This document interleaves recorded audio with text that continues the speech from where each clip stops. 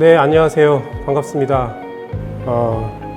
코로나19 팬데믹 상황으로 인해서 여러분들을 직접 만나 뵙지 못하고 이렇게 비대면으로 이렇게 뵙게 되어서 좀 아쉽지만 그래도 이런 온라인 접촉을 통하여서 여러분들을 뵙게 되어서 너무나 큰 영광으로 생각을 합니다.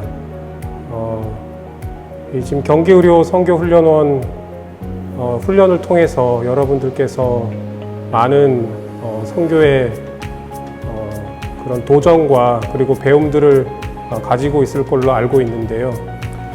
제가 오늘 나눠드리는 이 나눔들이 여러분들의 앞으로의 어떤 삶과 그리고 또 사역에 있어서 조그마한 보탬이 되고 좀 도움이 됐으면 좋겠다는 그런 마음가짐이 있습니다.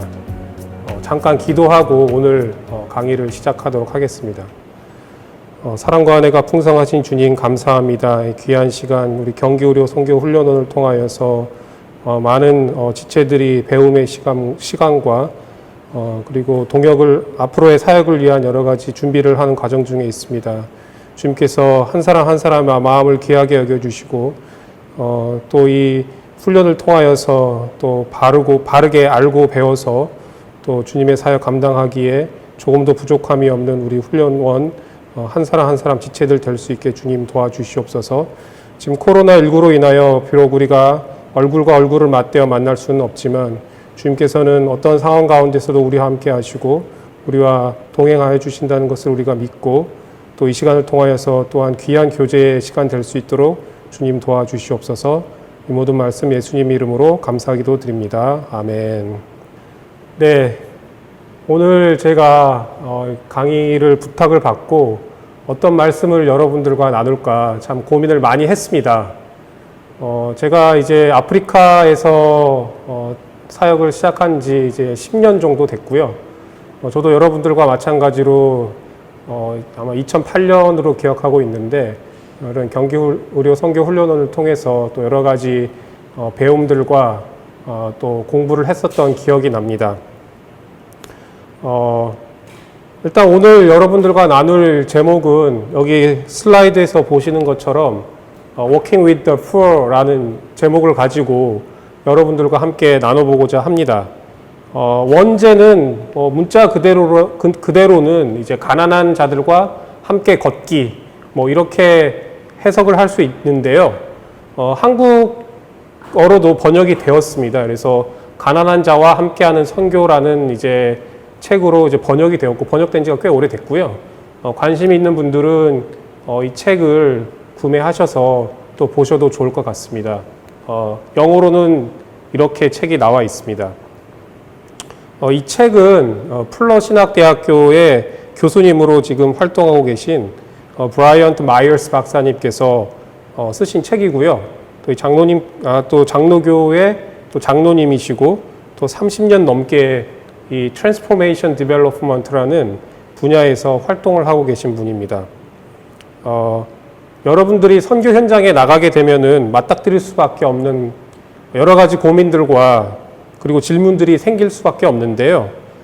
짧은 시간이지만 그런 부분에 대해서 함께 고민해보는 그런 시간들이 됐으면 좋겠습니다. 여러분들이 한번 선교지에 지금 사역을 하기 위해서 나갔다고 한번 생각을 한번 해보십시오. 사역지에 나가서 여러분들이 아주 잠을 잘 자고 아침에 일어났어요.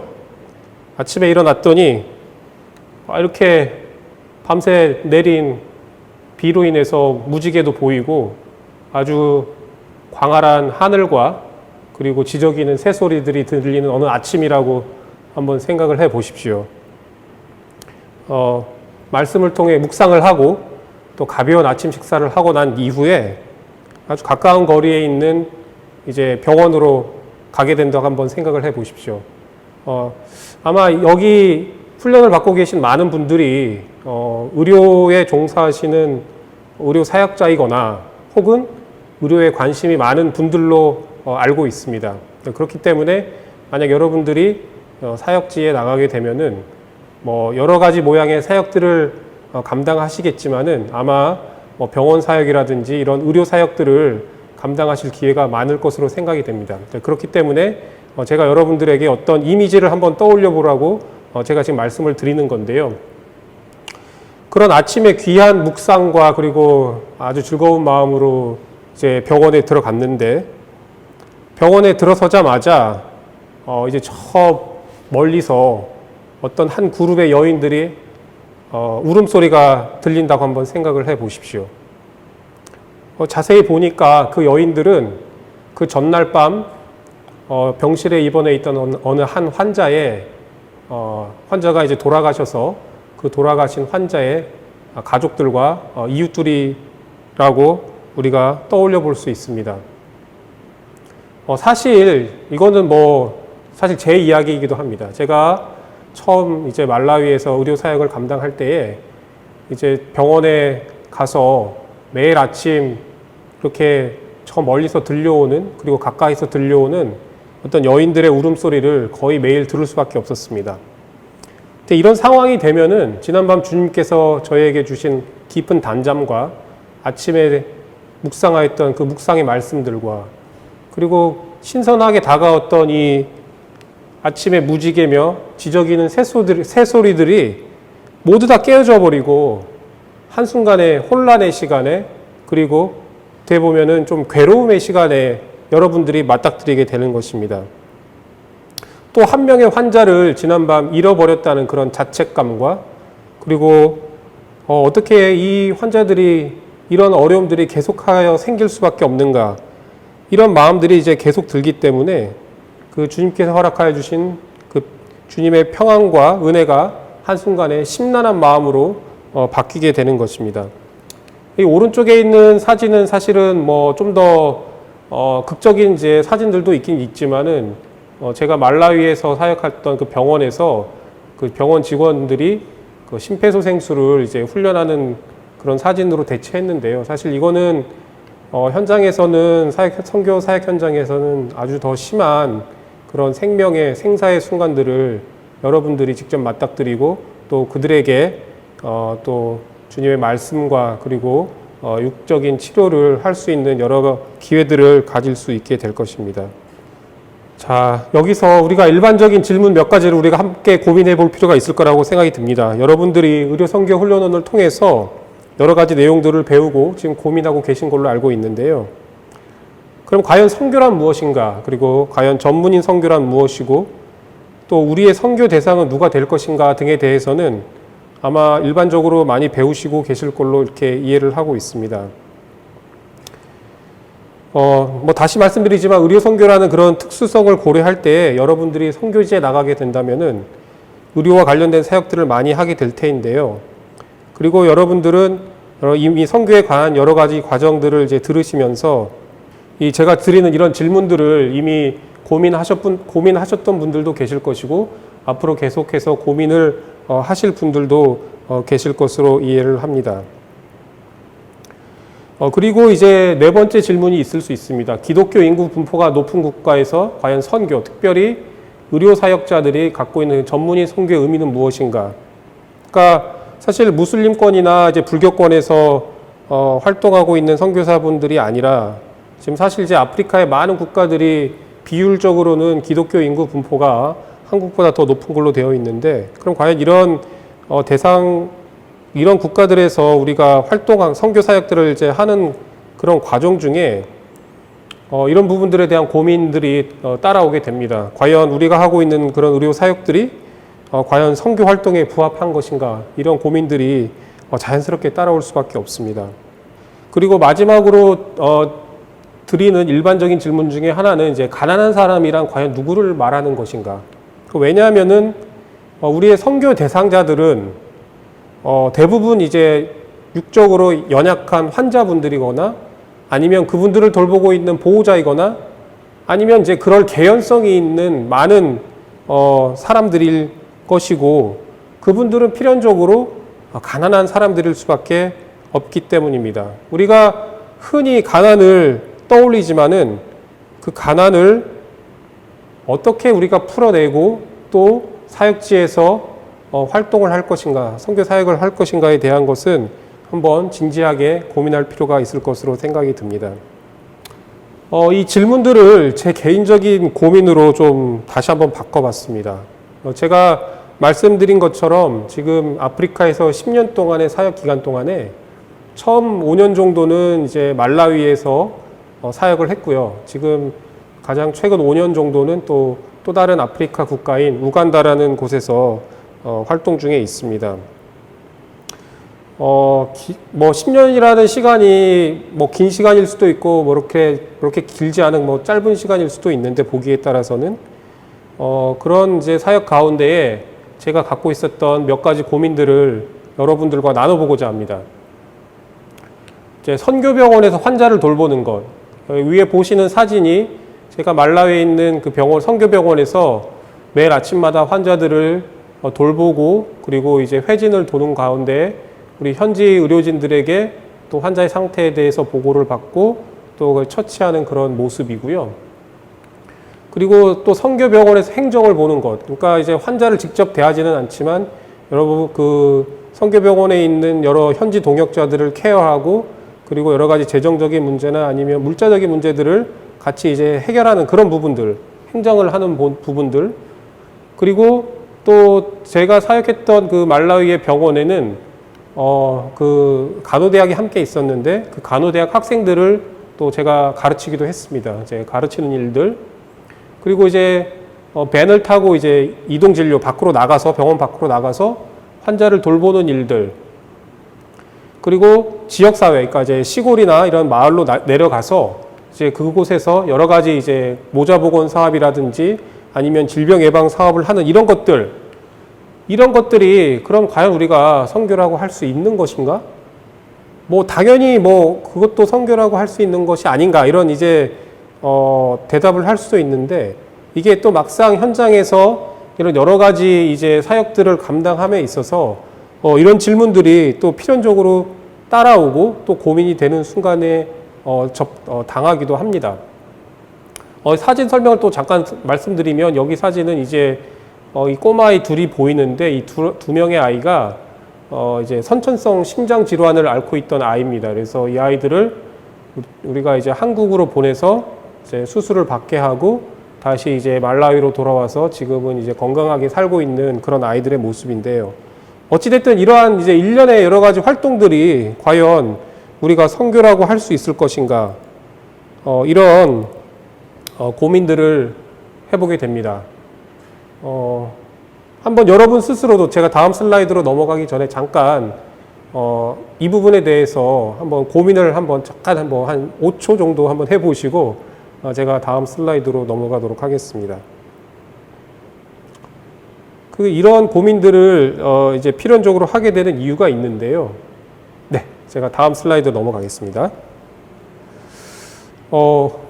일단 결론부터 말씀을 드리면 우리가 왜 이런 고민들을 하게 되는가, 이 책에도 잠깐 소개가 되어 있지만은 우리가 흔히 영적인 부분과 육적인 부분을 분리해서 생각을 한다는 것입니다.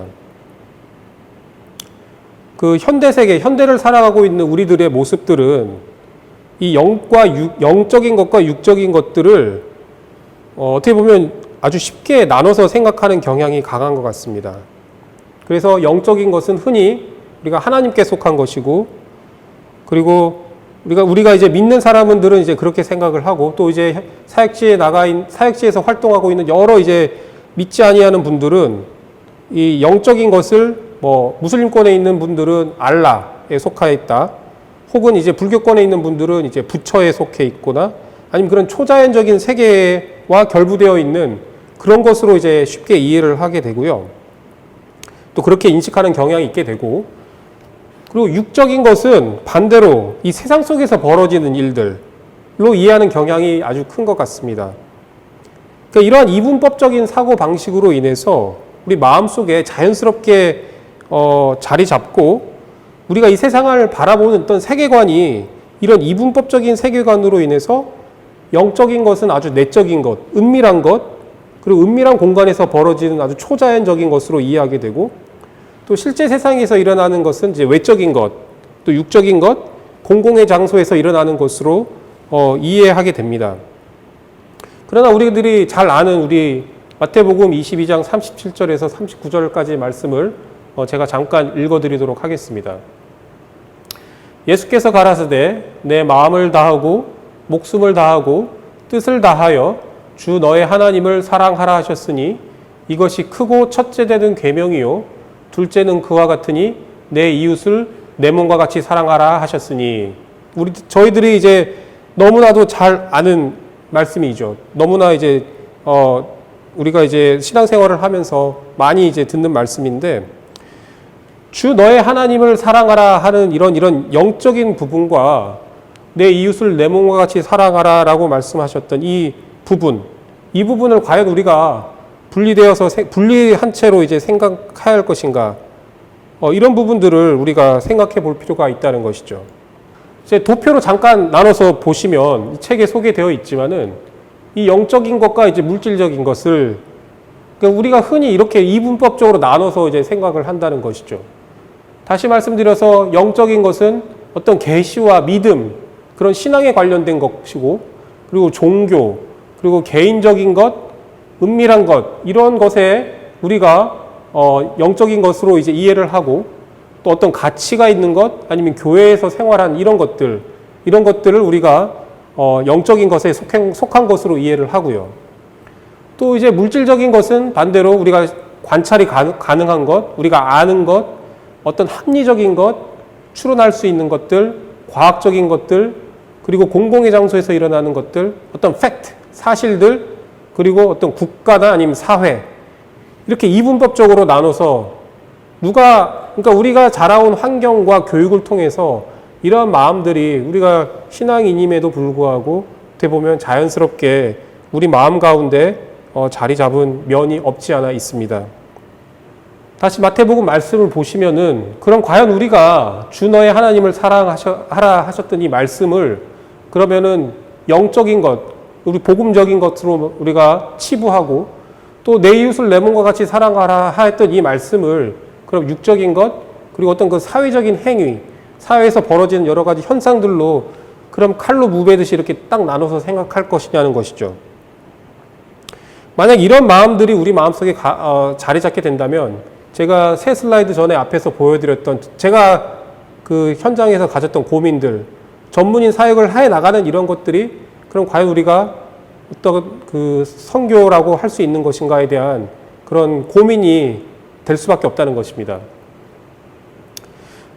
우리가 전인적인 사역의 관점에서 바라볼 필요가 있다는 것입니다. 홀리스틱 미니스트리고 우리가 복음을 전하는 것, 주 너의 하나님을 사랑하라는 이런 이제 복음적인 말씀과 그리고 세상에서 가난한 사람들의 필요를 채워주는 것들, 내 이웃을 내 몸과 같이 사랑하라 이 말씀이 전혀 분리된 두 개의 독립된 존재가 아니라 어떤 전인적 사역의 관점에서 하나의 통합적 관점에서 접근할 필요가 있다는 것을 말씀드리고 싶습니다. 우리가 이제 세상을 바라보는 이제 세계관에 대해서 잠깐 우리가 이렇게 나눠서 볼 필요가 있는데요.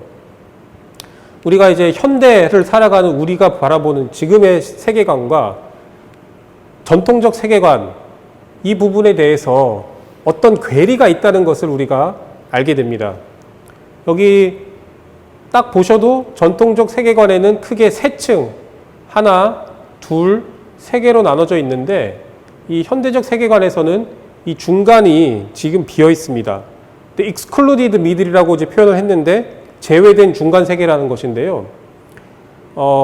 이게 아마 여러분들이 이제 그 선교 훈련을 받으시면서 초기에 아마 이 내용을 아마 그 배우셨을 수도 있을 것 같긴 한데 한번 제가 그러니까 리뷰하는 입장에서 다시 한번 보도록 하겠습니다.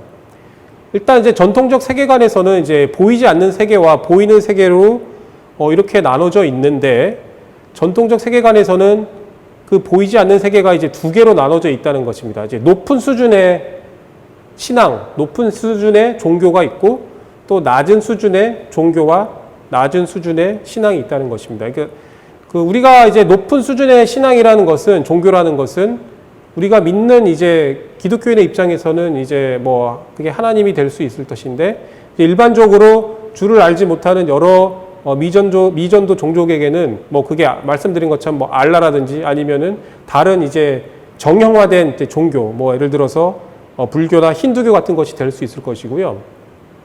그와 대비되는 이제 보여지는 세계, 이 보여지는 세계는 여기 이제 좀 희미해서 잘 안 보입니다만은 어떤 관계들, 우리가 이 세상을 살아가면서 우리가 이제 여러 이웃들과 그리고 그 갖는 이런 관계들, 그리고 우리가 보고 듣는 것들, 느끼는 것들, 감각적인 것들, 이런 것들을 우리가 보여지는 세계로 이해를 하면서 전통적인 세계관에서는 이 둘을 연결하는 어떤 중간적인 어떤 이제 특징이 있다는 것이죠. 다시 말씀드리면 이 부분에 대해서는 뭐 주술사, 샤머니즘이라든지 아니면은 마법을 부리는 사람들, 아니면은 뭐 조상신들, 그리고 어떤 저주를 받은 것, 축복을 받은 것들, 뭐 사악한 눈, 그리고 높은 수준의 종교는 아니지만 아주 토착 종교, 이런 부분들이 사실은 이 상위 개념인 하이 릴리전, 높은 수준의 종교와 우리가 보여지는 세계, seen world의 중간을 매개하는 역할을 하고 있다고 믿고 있습니다. 지금도 많은 이제 아프리카 국가에서, 그리고 이제 우리가 선교지로 그 대상지로 삼아서 나가는 많은 지역들에서 많은 부분에서 이런 이제 3단계로 나뉘어지는 그 전통적인 세계관으로 이해하는 분들이 많이 있다는 것입니다. 그렇기 때문에 그분들은 보이는 세계와 보이지 않는 세계가 이렇게 단절되어 있다고 생각하지 않습니다. 다 연결되어 있는 하나의 어떤 고리, 그리고 연결되어 있는 것으로 쉽게 이해를 하고 있습니다. 반면 현대적 세계관에서는 우리가 이제 신앙인들은, 우리가 기독교인들은 하나님을 당연히 이제 영적인 존재, 그리고 그 영적인 세계로 우리가 이해를 하고 있고, 또 다른 이제 미전도 종족인 경우에는 뭐 알라라든지 아니면 다른 이제 신적 존재들을 영적인 존재로 생각을 하면서, 영적인 세계로 생각을 하면서, 마찬가지로 이제 보이는 세계, 우리가 지금 생활하는 이 세계는 뭐 사실 전통적 세계관과 큰 차이가 없을 수 있습니다. 왜냐하면 우리가 보고 듣는 것, 느끼는 것, 그리고 우리가 감각할 수 있는 것, 뭐 한 가지 차이라면 이제 좀 더 이제 과학적인 것들, 합리적인 추론이 가능한 것들, 그리고 어떤 발전, 우리가 그 지역 사회를 뭐 발전시킬 수 있다, 뭐 이런 이제 발전적인 개념들을 우리가 보이는 세계로 이해를 하게 됩니다. 그런데 여기 중간에 이제 비어있는 이제 exclude middle이라는 이 부분을 차지하고 있었던, 예를 들어서 전통적 세계관에서는 뭐 샤머니즘이라든지 아니면은 이런 이제 마법사, 조상신, 이런 부분들이 현대 세계에서는 우리가 살아가고 있는 세계에서는 그 부분에 대해서 믿는 분들이 지금은 거의 없다는 것이죠. 그리고 이 저주와 축복에 대한 부분에도 예전에 비해서는 많이 약화되어 있다라고 우리가 알 수 있습니다.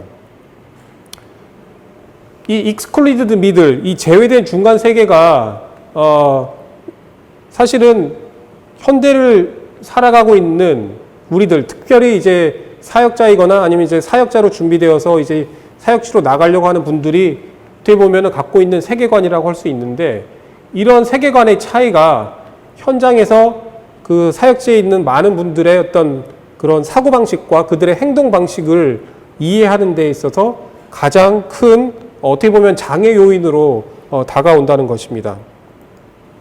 그러면 과연 성경적인 세계관은 어떠한 것인가? 그리고 성경적인 세계관과 그리고 현대의 어떤 세계관의 어떤 차이를 우리가 한번 살펴볼 필요가 있는데요. 결론부터 말씀을 드리면은 이 성경적 세계관의 어떤 그러니까 세 개의 층으로 나눠져 있는 이 부분들이 어떻게 보면 현대의 세계관에서 설명되어지는 부분보다는 아까 말씀드렸던 이제 전통적 세계관에서 층이 나눠져 있는 이 부분과 오히려 설명하기가 좀 더 유사점을 찾아보기가 오히려 더 쉽다는 것입니다. 왜냐하면 성경의 관점에서, 우리가 어떤 전인적 관점에서 육적인 세계와 영적인 세계가 서로 완전히 이렇게 단절된 것이 아니라 그 연결되어 있고, 그리고 창조주 하나님의 영향력 아래에 있다고 우리가 이해하고 있기 때문입니다. 그리고 또 우리가 잘 알다시피 우리의 창조주 되신 하나님께서, 또 구원자 되신 예수님께서 말씀이 육신이 되어 이 세상에 내려오셨다는 점도 우리가 유념할 필요가 있습니다. 즉 하나님의 말씀과 행함과 또 하나님께서 보여주신 이런 사인들이 서로 단절된 별개의 것이 아니라 서로 연결되어 있는 하나의 연속선상에 있다는 것을 우리가 성경적 세계관에서 이해할 필요가 있다는 것입니다. 그러면은 제가 일단은 앞에 단락에서는 이 부분에 대해서 일단은 매듭을 짓고 이제 말씀을 정리하려고 하는데요.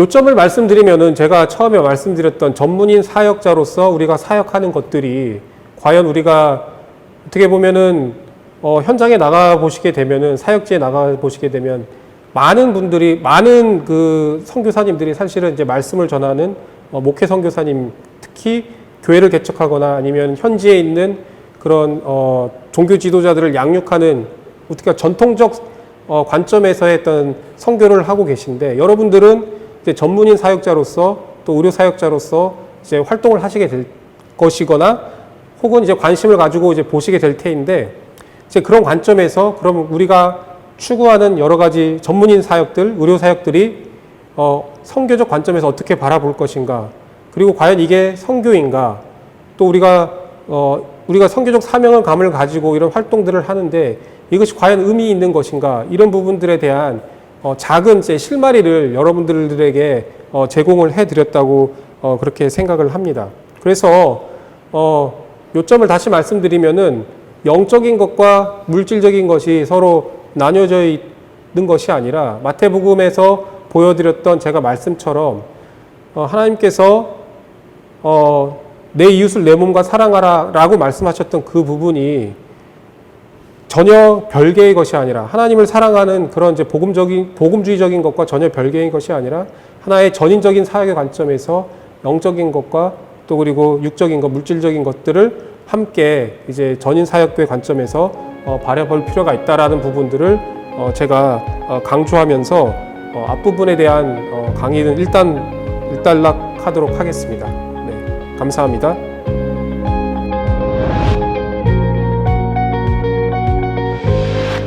네, 지금 두 번째 시간을 이제 시작하도록 하겠습니다. 그러면 이제 과연 우리가 선교지에서 맞닥뜨릴 수 있는 우리의 어떻게 보면은 대상자라고 할 수 있는 분들에 대한 이야기인데요.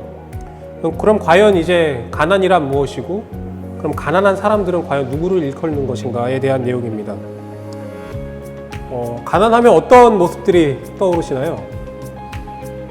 아마 쉽게 이제 물질적인 가난이 이제 떠오를 것 같습니다. 우리가 TV 광고나 아니면 여러 TV 프로그램에서 나오는 이렇게 헐벗고 굶주린 사람들의 이미지가 떠오르지 않을까 이렇게 생각이 드는데요. 여기 보는 이제 사진도 저희가 이제 우간다에서 사역을 나갔을 때에 난민촌입니다. 그래서 난민촌에서 이렇게 집을 얼기설기 만들어 가지고 나무 자국이나 이제 돌바닥을 가지고 와서 이제 불 피우고 이제 맨발로 이렇게 다니면서 이제 제대로 마실 물도 없이 이렇게 생활하는 모습들, 아마 이런 이미지가 쉽게 떠오르지 않을까 생각이 드는데요. 이제 어떤 가난한 사람들, 이런 사람들이거나 아니면 이런 환경들이 쉽게 떠오르지 않을까 생각이 듭니다. 이제 그런 한편 우리 마음속에서는 이런 분들을 대상으로 저 사람들은 이제 어쩔 수 없는 사람들이야. 참 불행한 사람들이다. 이분들의 이름도 없고, 그리고 우리가 이분들에 대해서 잘 모르고 이제 열악한 이런 환경들에서 살아가기 때문에 이분들은 우리들의 동정의 대상이 되고, 또 우리가 생각하기에 이분들을 위한 최선의 것을 다하면 된다라고 생각을 하게 됩니다. 그리고 여기처럼 이제 집이 없는 사람들이거나 전쟁이나 여러 가지 이유 때문에 난민이 되신 분들, 그리고 토착민들, 이런 분들이 이제 가난한 사람들로 쉽게 떠오르게 되죠. 하지만 우리가 그리스도인의 입장에서 볼 때, 그리고 우리가 그리스도인으로서 그들을 바라볼 때에는 이분들이 이름이 없는 분들이 아니고 각자 한 사람 한 사람들이 다 이름을 갖고 있고, 이제 하나님께서도 그들에게 재능을 주셨고, 또 우리가 이분들을 알기 전부터 하나님께서는 이분들을 위해서 계획도 세우시고 그들과 함께 일을 하고 계셨다는 사실을 우리가 잊어서는 안 될 것입니다. 우리가 전문인 사역자가 가질 수 있는 편견에 대해서 몇 가지로 나열을 했는데요. 1997년에 이제 로버트 챔버스라는 분이 이 몇 가지 이렇게 나열한 것이 있습니다. 첫 번째 컨디셔닝, 두 번째 도미넌스, 세 번째 디스턴스, 네 번째 디나이얼 이렇게 있는데요. 첫 번째 컨디셔닝이라는 것은 뭐냐면은 내가 갖고 있는 사역자가 갖고 있는 그런 개인의 경험이 있지 않습니까? 제가 배웠던 것들, 제가 했던 경험들 이런 것들을 통해서 이제 어떻게 일을 하면은 가장 좋은 결과를 갖게 될 것인지 확신하게 되고 이를 타인에게도 적용하라는 그런 경향이 있다는 것이죠.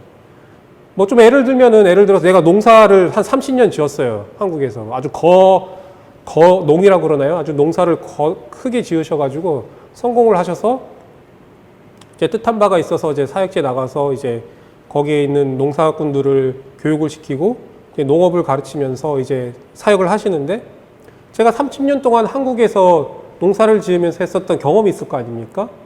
이제 그 경험을 통해서 자기가 풍년을 해마다 누렸고 이제 그걸 통해서 많은 소출과 그리고 이제 부자가 되었기 때문에 그 생각, 자기가 갖고 있던 경험을 통해서 그 또 다른 현장에서 그런 이제 농업 사역들을 한다고 생각을 할 수가 있습니다.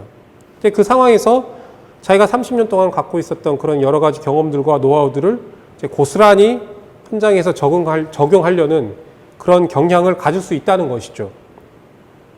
이제 두 번째로는 이제 도미넌스라는 개념이 있는데 뭐 도미넌스 말 그대로 우리가 그들보다 낫다, 우위에 있다 이런 이제 우월 의식을 갖는다는 것이죠. 이런 것들이 그냥 자연스럽게 우리 마음 가운데 들어오게 된다는 것입니다. 세 번째 이제 디스턴스라는 개념이 있는데 우리가 이제 사역 현장에 나가더라도 가난한 분들은 아주 저 멀리 있는 in the field 아주 그 외지고 아이솔레이션 돼 있고 이제 고립된 곳에 있고 사역자들은 이제 현장에 나가 있음에도 불구하고 특별히 이제 전문인 사역하는 경우에는 이제 뭐 병원 사역이나 아니면 이런 사역들이 주가 될 가능성이 많기 때문에 어떤 사무실이나 진료실이나 이런 곳에 있으면서 가난한 자들과는 아주 멀리 있는 존재로 인식한다는 것이죠. 물론 우리가 여기 한국의 땅에 있는 것보다는 사역지에 갔기 때문에 그들과 가까이 가 있지만은 어떤 사역의 특성상 어쩔 수 없이 우리는 그 현지에 있는 분들보다는 조금 더 떨어져서 진료실이나 아니면 사무실에 있게 되는 그리고 그런 외적인 것 이외에도 우리가 갖고 있는 문화나 관습이나 언어나 이런 것들이 서로 다르기 때문에 이제 문제를 풀어나가는 방식 자체가 다르다는 것이죠. 이제 이런 거리감들이 사실은 있다는 것입니다. 그리고 이제 네 번째는 이제 denial, 이제 부정이라는 뜻인데요. 이제 우리가 생각하는 것들, 우리가 믿는 것들, 이런 것들과 그분들, 이제 가난한 사람들이 갖고 있는 것들, 그분들이 갖고 있는 생각들, 이런 모습들이 서로 갈등이 생길 때가 많이 있다는 것입니다. 이럴 때 주로 나타나는 반응이 뭐냐 하면은 우리가 그분들을 이제 부정하는 것이죠. 아, 저 사람들은 저게 잘 몰라서 그래. 가난해서 그래. 그렇기 때문에 우리가 갖고 있는 생각이나 어떤 사상들을 더 씌우려는, 이제 주입시키려는 그런 경향이 이제 강하게 나타난다는 것입니다. 뭐 이런 부분들이 아마 아직 그 사역지에 가보시지 못한 여러 훈련생 분들에게는 좀 낯선 이야기로 다가올 수도 있다고 생각이 드는데요. 실제로 현장에서는 어떻게 보면은 매일매일 발생할 수 있는 그런 일일 수도 있습니다. 그렇기 때문에 여러분들이 이제 뭐 단기 선교를 가시든 아니면 마음에 서운하셔서 이제 장기 사역자로 이제 헌신하시든지 간에 내가 어디 있는지, where are you? where am I? 내가 어디에 있는지 이 부분에 대해서 늘 생각해 볼 필요가 있고 그리고 나 자신을 알고 그것을 사역에 잘 투영해야 될 필요가 있다는 것을 말씀드리고 싶습니다. 그리고 이제 이 책에 소개되어 있는 여러 가지 그 가난에 대한 내용들이 나와 있습니다. 그래서 한번 관심 있는 분들은 이 책을 한번 더 사서 보실 필요가 있을 거라고 생각이 드는데요. 5가지 정도에 대해 5가지 관점에서 이제 가난을 설명을 했습니다. 그래서 뭐 이렇게 가난을 복잡하게 설명했나 이렇게 생각을 하실 수도 있겠는데 그러니까 그만큼 사실은 어떤 하나의 단어나 하나의 그런 정의로 우리가 가난을 우리가 규정하기가 어렵다는 것입니다. 그래서 이 책에 소개되어 있는 이제 5가지 가난에 대해서 나와 있는데, 첫 번째는 결핍으로서의 가난, poverty as deficit. 그리고 두 번째는 속박으로서의 가난, poverty as entanglement. 그리고 세 번째는 사회적 접근이 제한된 가난, poverty as lack of access to social power. 그리고 네 번째는 박탈된 자로서의 가난이 있고, 그리고 다섯 번째는 성장할 자유가 부족한 가난, poverty as a lack of freedom to grow라는 부분이 있습니다. 뭐 이 부분에 대해서 하나씩 설명을 드리면은 다 이제 많은 시간도 필요할 텐데, 하지만 이제 개념적인 부분들을 잠깐씩 제가 설명을 드리도록 하겠습니다. 결핍으로서의 가난은 아마 가장 우리가 흔히 생각할 수 있는 가난일 것입니다. 그러니까 뭐가 없다는 거죠. 물질적인 것도 없고, 우리가 갖고 있는 기술도 없고, 그러니까 마실 물도 없고, 잘 것도 없고, 깨끗한 물도 없다. 뭐가 없다. 뭐가 없다라는 개념의 이제 가난이 될 것입니다. 그리고 잘 모른다. 내가 어떤 아이를 키우고 있는 엄마라면은 그 엄마가 어떻게 하면 아이에게 젖을 먹이는지 이런 수유 방법도 잘 모르고, 물을 끓여 마시는 것에 대한 중요성, 그런 위생 개념도 없고, 그러니까 모르는 거죠. 모르는 것이고, 거기다 한 가지 더 붙이고, 더 가장 중요한 것은 또 하나님을 모르는 그런 복음의 결핍을 우리가 생각할 수 있겠습니다. 만약 이것이 우리가 생각하는 가난이라면, 우리가 부족한 것을 채워주면은 이분들은 더 이상 가난해지지 않겠죠.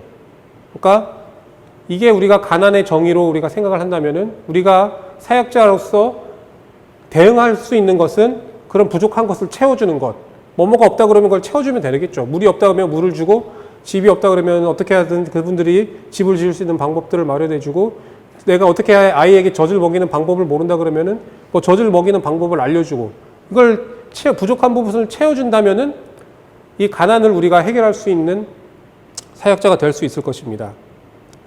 근데 이런 경우에 문제가 뭐냐면은, 무의식적으로 우리가 가난한 분들은 수동적으로 그분들은 이제 받기만 하는 존재이고, 우리는 마치 산타클로스 같은 존재가 된다는 것입니다. 필요한 것들을 이제 채워주니까. 물이면 물, 집이면 집, 뭐 교육이 필요하다 그러면은 뭐 교육비를 내주고, 그리고 뭐 뭘 잘 모른다 그러면 모르는 걸 가르쳐주고, 이렇게 되는 것이죠. 우리가 무의식적으로 가난한 분들을 어떻게 하나님의 형상으로 지어진 존재가 아니라 무엇인가 이제 부족하고 결핍된 존재로 생각하게 된다는 이제 이런 부작용이 있을 수 있다는 것입니다.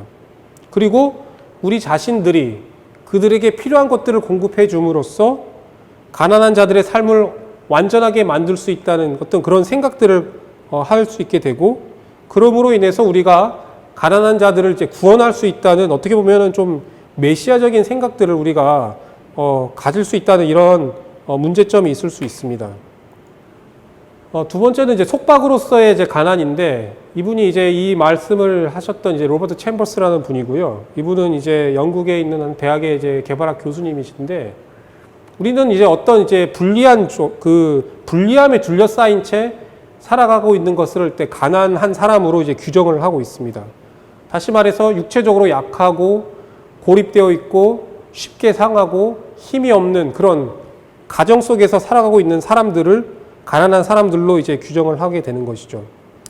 이제 여기에 이제 poverty trap, 이제 가난의 어떤 굴레, 가난의 이제 틀에 이제 갇혀져 있다라는 개념을 이제 설명을 하는데, 이제 물질적으로 가난한 것들, 그리고 육체적으로 연약한 것들, 그리고 소외되어 있는 것들, 그리고 쉽게 상하는 것들, 그리고 힘이 없는 부분, 그리고 영적 가난, 이런 부분들의 이런 이제 그 속박으로서의 가난에 대한 개념으로 설명을 하고 있습니다.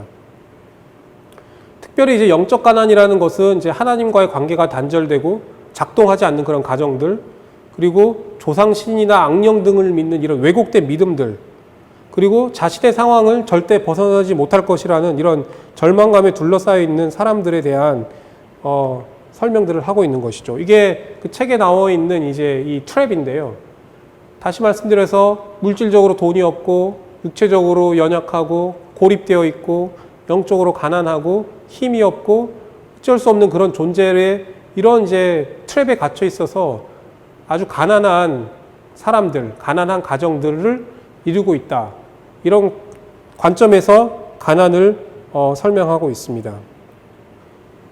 세 번째로는 그런 사회적인 그 힘에 접근하기 어려움으로 인한 가난입니다. 그래서 이 존 프리드맨이라는 분이 설명하는 것인데, 이분은 이제 미국에 있는 그 UCLA 대학의 이제 교수님이기도 하신데요. 가정, 그러니까 어떤 개인의 단위에서 이제 설명을 하지 않고 가정, 그러니까 엄마 아빠가 있고 자녀가 있고 그리고 나이든 이제 부모님이 있는 그런 가정들이 가난의 사회 단위이고, 그리고 이 가정은 4개의 사회 활동 영역에 둘러싸여 있다고 이제 설명을 하고 있습니다. 여기 보시면은 그 스테이트, 이제 국가와 그리고 폴리티컬 커뮤니티, 어떤 정치적인 그런 집단, 그리고 시빌 소사이어티, 이런 사회적인 그런 집단, 그리고 네 번째는 커퍼레이션 이코노미, 그러니까 경제적인 집단. 그러니까 이런 4가지의 사회 활동의 영역으로 우리가 살아가고 있다라고 이제 그 삶의 그 영역을 이제 규정을 하고 있는데요. 이 부분에 대해서 각각의 핵심적인 이제 요소들이 있다고 설명을 하고 있습니다. 그러니까 예를 들어서 국가라는 그 사회 영역에서는 글자가 작아서 잘 안 보이시겠지만 그러니까 정부죠, 우리. 뭐 중앙정부가 됐든 지방정부가 됐든 이제 정부의 어떤 행정 및 사법 체계에 우리가 영향력 아래 있다는 것이죠. 그리고 폴리티컬 커뮤니티는 그런 정치기관들, 어떻게 보면 정당이 될 수도 있겠고 이런 것이 될 수가 있을 텐데, 이 국가와 이런 정치, 폴리티컬 커뮤니티에 중첩이 되는 부분들이 또 있죠. 뭐 입법부라든지 아니면 여러 가지 규제 기구들이 있을 수 있을 것이고, 그리고 이제 시빌 소사이어티라는 이제 그런 사회적 영역에서 또 우리가 살아갈 수 있다는 것입니다. 그래서 핵심은 이제 가정이 될 것이고, 그리고 이런 시빌 소사이어티와 그리고 이런 이제 국가와의 교집합이 이루어지는 부분들이 또 이제 해당되는 그런 여러 가지 그 자발 기구들이 있을 수 있습니다. 그리고 이제 우리가 경제적인 활동을 하고 있기 때문에 뭐 쉽게 말해서 회사, 뭐 농사를 짓는 분들은 이제 논이나 밭이 또 그 일터가 되겠지만, 어쨌든 회사로 대표되는 이제 경제적인 사회 활동 영역이 있을 것이고, 이 사회적 그 경제적 활동 영역과 그리고 이 정치적 영역 활동이 또 교집합이 또 여러 가지 뭐 저항 그룹이라든지 뭐 환경단체 같은 것이 있을 수 있습니다. 그러니까 뭐 요점은 어쨌든 우리가 사역지에서, 물론 여기도 마찬가지지만 사역지에서는 이런 4가지의 사회 영역에서 우리가 살아가고 있다는 것을 이제 말씀을 해주고 있고, 과연 그러면은 같은 맥락에서 이분이 이제 우리에게 설명을 해주는 건 뭐냐면은, 우리가 그런 사회적 영향력을 끼칠 수 있는 여러 가지 4가지 사회적 영역이 있다고 말씀을 해주셨는데, 또 거기서 우리가 어떤 힘을 발휘하기 위해서는 이런 8가지 요소들이 있다고 이제 말씀을 하고 있습니다. 이것을 뭐 제가 일일이 다 나열하지는 않겠는데요. 어쨌든 이런 그 사회적 네트워크를 통하여서 그런 사회에서 어떤 그 영향력을 발휘하기에 부족함이 있는 사람들을 우리가 가난한 사람들이라고 우리가 이제 규정하고 있습니다. 이 관점에서. 그래서 이 프리드만 이제 박사님이 이제 말씀하시는 부분은 뭐냐면은, 이 절대적인 가난이라는 것이 그 한 가정이 여기서 제시된 이런 8가지 요소들이 있는데, 이런 것들을 제대로 발휘하지 못하고 그로 인해서 그들 스스로가 가난에서 벗어날 수 없다고 이제 생각하는 이런 부분들이 그 가난한 것이다라고 생각을 합니다.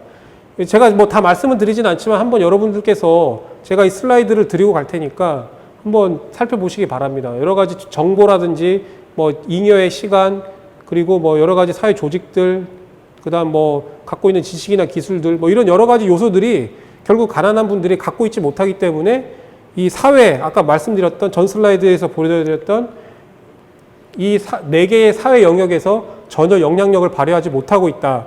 그것이 우리가 가난으로 규정할 수 있다라는 것들을 이해하실 필요가 있다는 것입니다. 그리고 네 번째로는 이제 박탈된 것으로서의 가난입니다. 그래서 이분은 자야쿠마르 크리스찬이라는 분인데요. 이분이 이제 이런 부분에 대해서 이제 정리를 한 것이 있습니다. 그래서 이분은 이제 인도 분이신데, 그 인도에서 가장 대표적인 그 제도가 카스트 제도지 않습니까? 그래서 그 카스트 제도를 들어서 이제 설명을 하는 부분이 있는데요.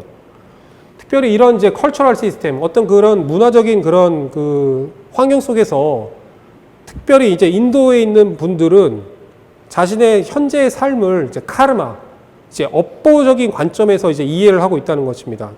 다시 말해서 현재 자기가 처해 있는 그런 현세의 삶은 과거 전생의 삶의 결과이고 그들의 현재 상황을 바꾸려고 하는 그조차도 죄라는 생각을 갖고 있다는 것이죠.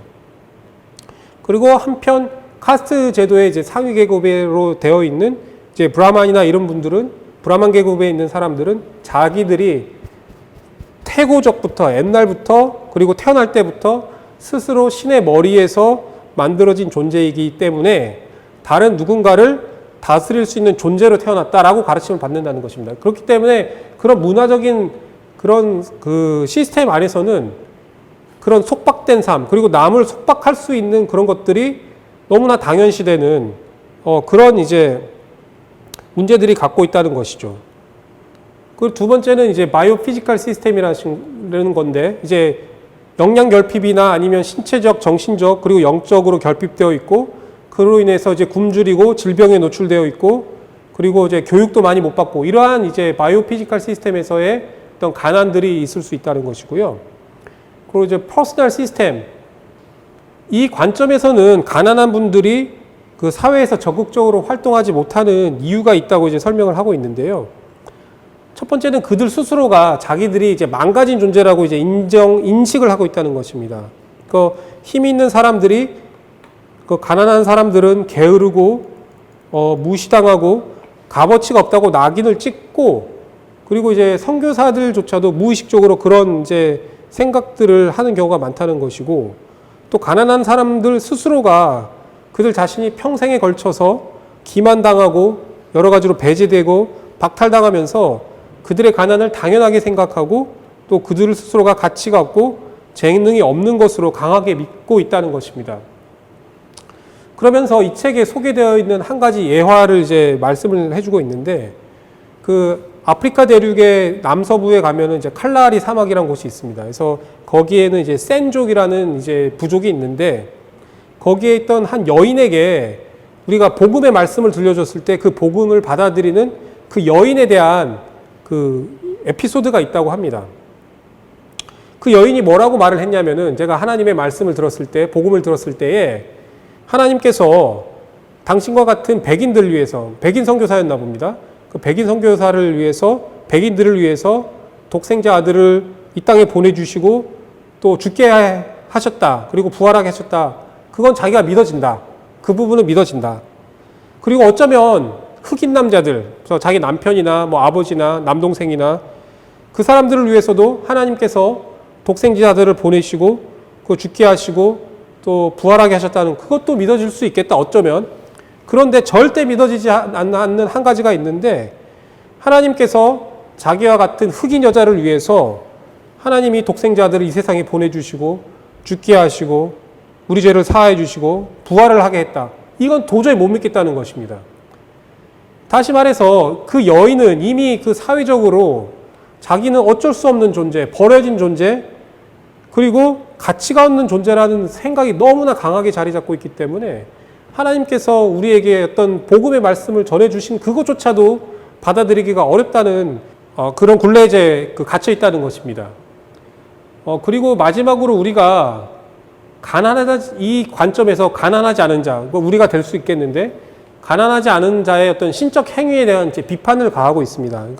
다시 말해서 가난한 자들의 삶에서 자신들을 절대화한다. 그러니까 가난하지 않은 사람, non-poor, 가난하지 않은 사람들이 가난한 자들을 속박하고 그들의 삶을 속박하고 그들의 삶에서 나를 절대화시킨다는 문제가 있을 수 있겠고 그리고 과거에도 그러했으니 미래에도 그러할 것이다. 이런 이제 가난과 부가 고착되어 있다는 이런 이제 생각을 갖게 되어 있습니다. 이건 항상 그래 왔어.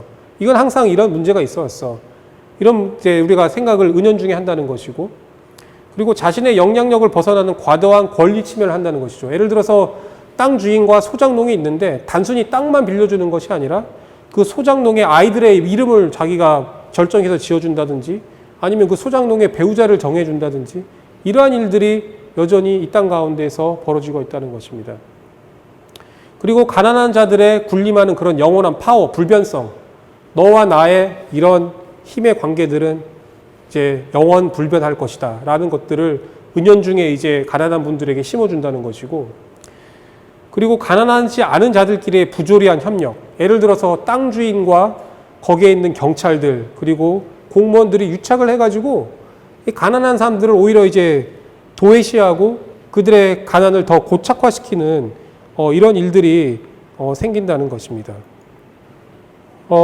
이제 그러면서 이거는 제가 다 읽진 않겠습니다. 그래서 이게 어쨌든 그렇기 때문에 생기는 여러 가지 웹 오브 라이스, 그러니까 거짓말의 어떤 그물들, 가난하지 않은 자들의 신적 존재감을 과시하는 부분들, 가난한 자들의 망가진 자존감, 그리고 세계관의 부적절함, 또 힘에 의한 기만, 영과 영육혼의 어떤 연약함, 이러한 주제를 통해서 여러 가지 그 사역 현장에서 그냥 흔히 마치 그냥 공공연하게 받아들여지는 여러 가지 거짓말들이 있다는 것입니다. 그래서 여러분들이 한번 이게 살펴보시고요. 제일 위에 있는 것만 한번 보려고 하는데요.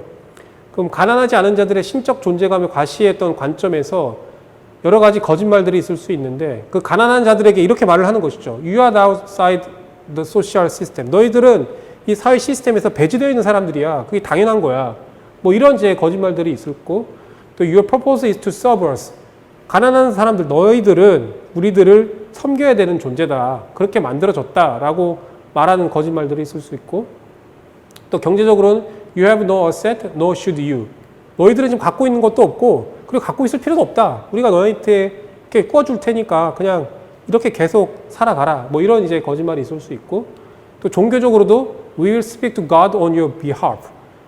그러니까 내가 너희들 직접 하나님께 다가갈 필요 없어. 내가 너희들을 대언해가지고 하나님께 너희 필요한 것들을 다시 이야기해 줄게. 이런 여러 가지 부조리한 이제 거짓말들이 공공연하게 현장에서 일어날 수 있다는 것입니다. 그래서 여기 있는 부분들은 여러분들께서 시간이 되실 때 한번 살펴보시고 얼마나 많은 거짓말들이 현장에서 또 일어날 수 있는가에 대한 부분들을 한번 생각해 보실 필요가 있겠습니다.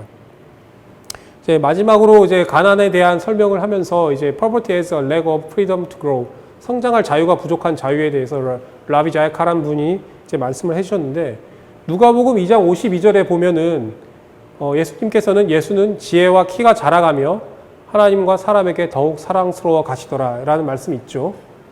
여기서 이제 자라가며에 이제 초점을 두었는데, 이와 대비되어서 가난한 사람들은 삶의 4가지 영역에서 성장이 제한되어 있는 상태다라고 이분은 이제 설명을 하고 있습니다. 그래서 신체적으로, 정신적으로, 사회적으로, 영적으로 이런 가난하고 이런 자라갈 수 없는 이런 사슬에 묶여서 사람들이 살아가고 있다라고 설명하면서 그 부분에 대한 가난을 말씀을 해주고 있습니다. 여기에 이제 예를 들어서 설명을 하는 것이 있는데요. 누가 누구를 위해 무엇을 할 것인가? Who is doing what to whom? 여러 이제 가난한 곳이라고 그 선교지라고 해서 모든 분들이 다 가난하게 지내는 건 사실 아니거든요. 거기 있는 채권자라든지 지역 상인이라든지 사업가라든지 경찰이라든지 그곳에서 이제 권력을 갖고 있는 분들이 있습니다. 그리고 무속인도 될 수 있겠고요. 이러한 것들이 고착화되어 있기 때문에 선교지에서 발생하는 좀 어처구니 없는 일들이 사실 있습니다. 그래서 예를 들어서 이런 것들이 있을 수 있는데요. 그 기생충 감염이 있는 어떤 환자를 생각해 볼 수 있는데, 그 기생충 감염 때문에 복수, 이렇게 배가 빵빵해지고 물이 차가지고 이제 환자 이제 병이 깊어졌습니다. 이제 이런 상황이 되면 사실은 이제 이 환자를 이제 병원이나 아니면 의료기관으로 데려와야 할 텐데, 근데 이제 마을의 무속인들이 이런 환자들은 저주를 받았기 때문에 자기한테 데려와서 구술해야 된다. 구술하기 위해서는 너희가 나에게 많은 금전적인 대가를 지불해야 된다라고 말을 하면서, 또 사람들도 그 현지에서 살아가는 사람들도 그것을 마치 당연한 것처럼 그렇게 생각하고 살아가는 일들이 많이 있다는 것입니다. 그러는 한편 이제 가난의 원인이 여러 가지 이제 부조리한 사회 시스템에 있는 것이 아니라 이 성장할 자유가 부족하다는 것은 이제 가난의 원인은 이제 사람에게 있다라고 이제 설명을 또 하고 있긴 있습니다. 근데 한편 좀 우스운 건 뭐냐면은 그 사역지에서 남을 속박하는 사람들도 또 다른 누군가에게는 이제 속박을 받고 있다는 것입니다. 예를 들어서 아주 시골이 있고 읍내가 있고 또 도시가 있으면은 읍내에 있는 사람들은 아주 가난한 이제 마을에 있는 사람들을 속박하고 그들을 착취하고 그들에게 그 부를 빼앗지만은 또 이 읍내에 있는 사람들은 더 이제 상위에 있는 뭐 도시에 있는 사람들이거나 아니면 더 힘 있는 사람들에게 속박당하고 또 이런 가난에 부를 이제 착취당하고 이런 일들이 많이 생긴다는 것입니다. 이런 부조리한 모습들을 아마 여러분들께서도 많이 보실 수 있을 것입니다. 이제 거의 다 맞춰 가는데요. 그러니까 여러분들이 만약 이런 이제 지금까지 가난의 관점에 대해서, 가난에 대해서 이제 말씀을 드렸는데, 뭐 여러 가지 답답한 이제, 이런 개념들로 설명이 되어 있지만은, 뭐 어쨌든 이 부분들에 대해서는 여러분들이 개인적으로 또 시간을 할애하셔가지고 한번 이제 가난이란 무엇인지, 가난한 사람들이 누구인지에 대해서는 한번 깊게 한번 생각을 해 보시기를 제가 권장을 해 드리고요. 그래서 여러분들이 만약 이제 사역지에 나서 사역을 하게 됐다고 이제 생각을 해 봅시다. 아까 제가 모두에도 말씀드렸지만은 그런 지역사회, 그런 이제 마을들의 어떤 이야기가 있을 것입니다. 여러분들이 그 마을에 가기 전부터, 그 사역지에 가기 전부터 그 마을과 그 지역사회는 이미 하나님께서 그 마을에 있는 사람들과 이야기들을 만들어 가고 계셨을 것입니다. 거기에 이제 우리가 이제 합류를 하게 되는 거죠, 어떻게 보면. 그러면 이 관점에서, 이 중간적인 관점에서 여러분들이 여러 가지 다양한 뭐 의료사역이 되었든, 교육사역이 되었든, 뭐 지역사회 개발이 되었든, 아니면 교회를 개척하든, 뭐 종교 지도자를 훈련하든, 여러 가지 이제 공통의 이야기들이 이제 생기게 될 것입니다. 이 과정 중에 우리가 흔히 범할 수 있는 오류, 아까 제가 그 사역자로서 범할 수 있는 여러 가지 오류에 대해서 몇 가지 말씀을 드렸는데, 우리가 이 커뮤니티, 그들이 갖고 있는 이야기보다 더 낫고, 그들은 변화의 대상이 되어야만 하고, 이런 우리가 배운 지식과 방법들을 그들에게 각인시키고, 그들이 따라오기를 바라는, 저도 초창기에 이제 그런 어떻게 보면 오류들을 많이 범했는데요. 그렇게 변화되기를 바라고, 그리고 그들이 잘 따라오지 않으면 그들이 그냥 단순히 무식해서 그렇다라고 단정 지어서 말하고, 또 그 사람들은 그럼 어쩔 수 없는 사람들이다, 이렇게 낙인을 찍고 그런 경우가 많다는 것이죠. 그래서 이 과정을 거쳐서 만약 우리가 뭐 시간이 뭐 5년이 됐든 10년이 됐든 15년이 됐든 20년이 됐든 어쨌든 뭐 그 기간 이후에 우리가 은퇴를 해서 다시 본국으로 돌아오거나 아니면 우리가 주님 옆으로 품으로 이제 가거나 하는 이야기 됐을 때는 다시 우리들의 이야기가 되고, 또 그건 또 그 지역에 남아있는 사람들의 또 새로운 이야기가 될 텐데, 어쨌든 우리가 이 과정 속에서 그분들과 함께 여러 가지 이야기를 만들어 나갈 때에 여러 가지 사역자로서 범할 수 있는 여러 가지 오류들을 범하지 않았으면 좋겠다는 것입니다. 그리고 이것은 우리가 그 지역사회에서 그 사역지에 있는 많은 사람들이 갖고 있는 어떤 그런 그 사고 체계입니다. 그러니까 눈에 보이는 세계와 눈에 보이지 않는 세계가 이렇게 나눠져 있는데, 뭐 예를 들어서 우리가 그곳에 물이 없다고 생각해 봅시다. 혹은 또 자기 자녀가 아팠다고 생각을 해 봅시다. 이런 것들이 그곳에 있는 분들이라고 해서 이걸 다 미신적으로 이제 다 반응하는 것은 아닙니다. 예를 들어서 뭐 자기가 그 어린 아이를 먹일 젖이 부족하다 그러면은 당연히 그분들도 이 아이들이 우유를 먹거나 분유를 먹거나 해서 건강을 이제 회복해야 된다고 알게 됩니다. 하지만 또 그 이후에 자기들이 믿고 있는 그 이후에 넘어가는 범주들에 대해서는 어떤 질병에 대해서는 자기들이 저주를 받았기 때문에 이 병이 생겼다라고 생각을 하고, 그렇기 때문에 이 사람들을, 아픈 사람들을 병원으로 데려가는 것이 아니라 샤린, 사원으로 데려가서 이분들에게 뭐 그런 초자연적인 어떤 뭐 구술을 한다거나 아니면 이런 이제 우리가 보기에는 되게 미신적인 행위들을 많이 한다는 것이죠. 그러니까 이러한 그 삶의 바운더리에서 사람들이 행동하고 어떤 의사결정을 하고 그리고 이제 생활한다는 것을 이제 인식하시고, 이 부분들에 대해서 어떻게 현재에 있는 분들과 우리가 관계를 맺으면서 사역할 것인가, 이런 부분들을 생각해 볼 필요가 있습니다. 제가 여기 골로새서 1장 16절 17절 말씀이 있는데요. 만물이 그에게서 창조되되 하늘과 땅에서 보이는 것들과 보이지 않는 것들과 혹은 왕권들이나 주권들이나 통치자들이나 권세들이나 만물이 다 그로 말미암고 그를 위하여 창조되었고, 또한 그가 만물보다 먼저 계시고 만물이 그 안에 함께 섰느니라. 어쨌든 우리가 그곳에 사역지에 나가기 이미 이전부터 하나님께서는 창조 그 원리 안에서 이분들을 만약 그분들이 이제 하나님의 말씀을 직접적으로 듣지 못했다 하더라도 그런 초자연적인 그런 창조 섭리 안에서 이미 하나님과의 관계를 통해서 이야기를 만들어 가고 있었다는 것들을 다시 한번 이제 상기할 필요가 있겠습니다.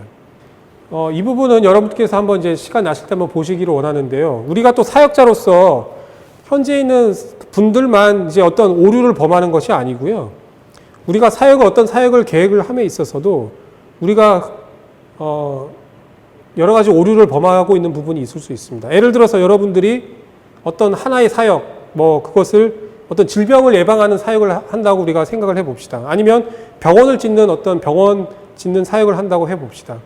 그 사역을 할 때에 그러니까 체계적인 계획을 우리가 세울 필요가 있다는 것입니다. 여기서 글자가 작아서 잘 안 보이는데 어떤 커다란 계획, 하나의 골이 있다고 생각을 해보죠. 우리가 어떤 질병을 예방하는 커다란 그 계획이 있고, 그럼 그 질병을 어떻게 체계적으로 예방을 할 것인가에 대한 계획들이 있어야 된다는 것입니다. 목적이 있어야 된다는 것이죠. 어떻게 치료하고, 또 어떻게 의료진들을 교육하고, 어떻게 아픈 사람들을 교육하고, 또 이러한 목적들을 달성하기 위해서 어떠한 노력들을 우리가 드려야 되고, 이런 것들을 체계적으로 우리가 계획을 하고, 또 우리가 사역하는 과정 중에 다시 그걸 되새겨보고 그런 평가를 할 필요가 있다는 것입니다. 우리가 흔히 사역지에서 어떤 이러한 계획들을 체계적으로 세우지 아니하면은 어떤 오류를 범하기 쉽냐면은 우리가 어떤 사역들이 잘 됐습니다.